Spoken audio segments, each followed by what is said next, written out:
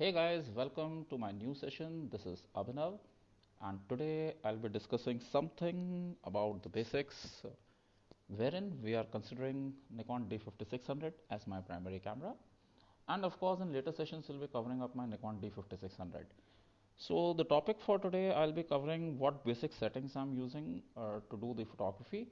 And if you are a new learner, if you are a beginner, this is the video for you on how to set up the camera at the initial phases. And then later on, gradually, we'll be going to the advanced techniques to get better photography, to get better videos, to get better color productions, white balances, etc. So I hope I'm audible to you. I cannot see anybody right now, but I'm waiting for a few minutes for other people to join in this session. And if you have any questions or something, you are most welcome to ask me.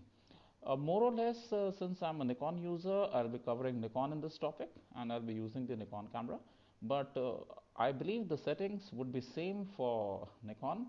I believe the settings would be same for Canon users. I believe the settings would be same for Sony users out here. Right. So to begin with this, so I'll give you a brief about my camera. This is a Nikon D5600, a very compact body, a very beginner. I'll not say it's a beginner, but an excellent body which I have used. So if you talk about the setup, a lightweight setup, and I'm using a 18140 lens in this, which is an excellent lens as of now. So to begin with the parts of the camera, to begin with the features of the camera, let us begin this video. Right, so this is the overall body that you get. Right, the benefit of a Nikon D5600 is that yes, you have an articulating display. So I can change the display, can go like this, and it's a touchscreen display. Right, so about the camera, let's talk about. So this is the on off button. Right, this is the LED focus light. This is where I'm using it for exposures and all to adjust it up. This button helps me take the live video. This is the dial to select the mode where I require the camera to be in. The info button, the AF log button, the menu button, of course some customized button. This is the flash, and of course the function button. And if you want to change some settings like the type of timer or etc. you're using, this is the button you should go for. If you talk about the lens, what settings I'm using on the lens, I generally keep it at auto A, right? Autofocus, manual. VR is on if I'm using handheld. If I'm using tripod, I'm using VR off depending on the situation. The main ring, this is the zoom ring, so I can just adjust the camera as per the focal length, what I'm looking at. So in general, if you are looking for a wider picture, go for 18 mm. If you are looking for a portrait or something, go for 35 mm. Right, if you are still looking for some sort of an optical zoom, 140 is good to go. However, this is still a very low focal length if you are into specifically birding and that kind of photography, wherein we require setups like the 200-500 Nikon lenses, which are taking, instead of 140, this is taking up to 500 mm. Talking about the type of body, this is a DX body. As you can see, it says Nikon DX VR. So there are two type of bodies which are coming from Nikon. One is a DX and one is an FX. Difference between both the bodies is slightly that yes, FX is a full frame and DX is a cropped sensor. Now, if you talk about cropped sensor body, see, it is a smaller sensor, right? With which is giving you some sort of an optical zoom in compared to a full frame body, right? So a full frame body, let's say, okay, so let me make it like that. So if I have a full frame body and I do a 140 mm zoom, it will be actually a 140 mm zoom.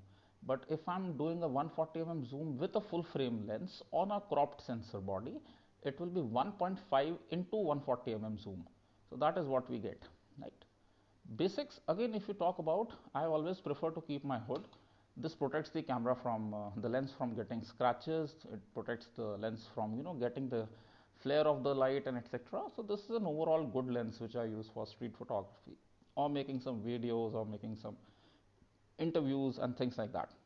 The lens cover is there, right? Along with it, what accessories I have used, so I'll just show you. So we remove the hood, we remove the lens cap, and this is the lens exactly. Now in this lens, one more thing which I'm using, so this is the filter that I have put on the lens, right? So you remove it up, So this is the filter. Idea for this filter, so basically you can see it's a standard UV filter, 67 mm diameter, yes. So why I am using this filter is to protect the lens from getting scratches, dirts, etc. However, if it's a low quality filter like the one I am using, you will not get a very sharp image, right? But it still protects the lens and it keeps it intact. So if you are looking for a very good and sharp image, I recommend not to use a filter. Whereas if you are looking to protect your lens and something like that, filter is a must, right? So let's keep it locked. And why to use the hood?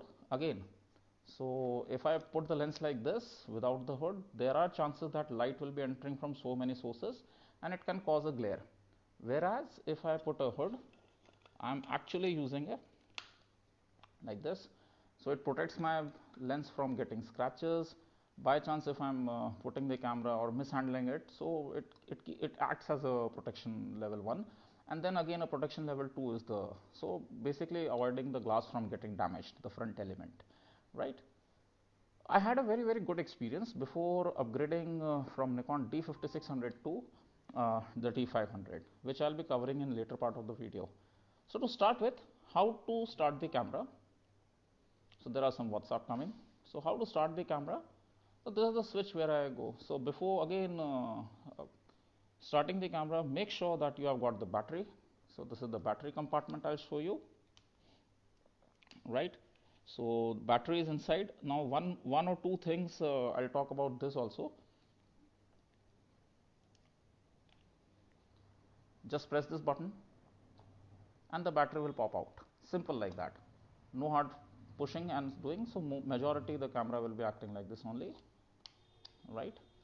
Along with it, this can be removed. So this is a removable cap. You can remove it while you are using a dummy battery. Let's say you are using, there are some dummy batteries coming which are directly connected to the electric power point, and you can use them for long video records or something like that, or data transfer maybe.